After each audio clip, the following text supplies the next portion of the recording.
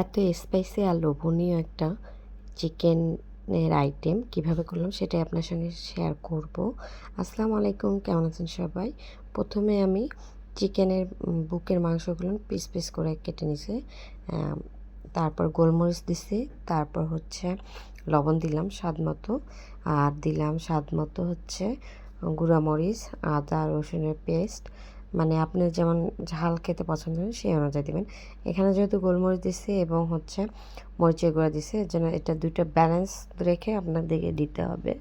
এখানে আমি একটা ডিম ভেঙে দিচ্ছি, আর হচ্ছে খুব ভালো করে হাত দিয়ে মাখায় নিব খুব ভালোভাবে, যাতে চিকেনের ভিতরে ওই মশলার ইয়েটা যায়।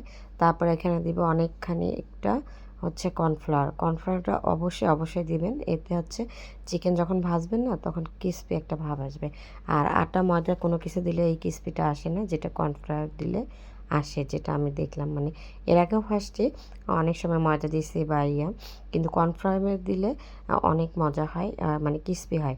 মানে এটা শুধু ভেজে আপনি খেতে পারবেন সস দিয়ে বা খালি মুখে। আমার মেয়ে তো এমনিতেই খালি মুখে খাওয়া শুরু করে দিয়েছে, ভাজার পর ক্রিস্পি হয়েছে, খেতে ভালো লাগতেছিল।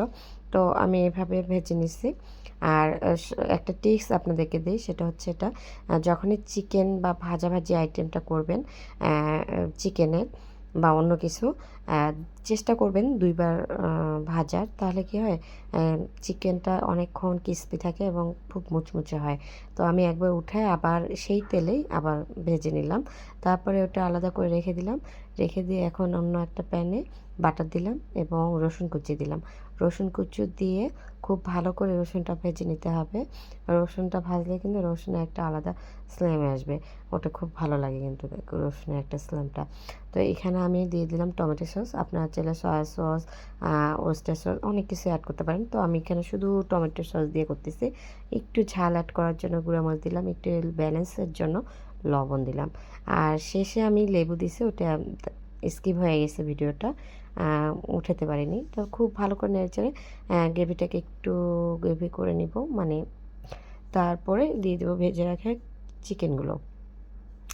দিয়ে খুব ভালো করে নাড়াচাড়া করে নিব, নাড়াচাড়া করে করে একদম ভিতরে যেন রসালো একটা ভাব যায়। এটা কিন্তু খেতে খুবই মজা। আপনি শুধু খালি মেখেও খেতে পারেন, রুটি দিয়েও খেতে পারেন। তো আমি ইফতারি আইটেমে রাখছিলাম এই শুধু খালি মুখে খাওয়ার জন্য। খুব ভালো লাগছে। তো এরকম মাখা মাখা হবে, খুব শুকায় ফেলা যাবে না, খুব রসালো রাখা যাবে না, গায়ে গায়ে থাকবে, খুব ভালো লাগে খেতে। আর উপর দিয়ে যদি সাদা তিল দেওয়া যায় তাহলে তো আরও সোনায় সোহাগা, খেতে অনেক ভালো লাগে, লুকিংও অনেক সুন্দর। ট্রাই করে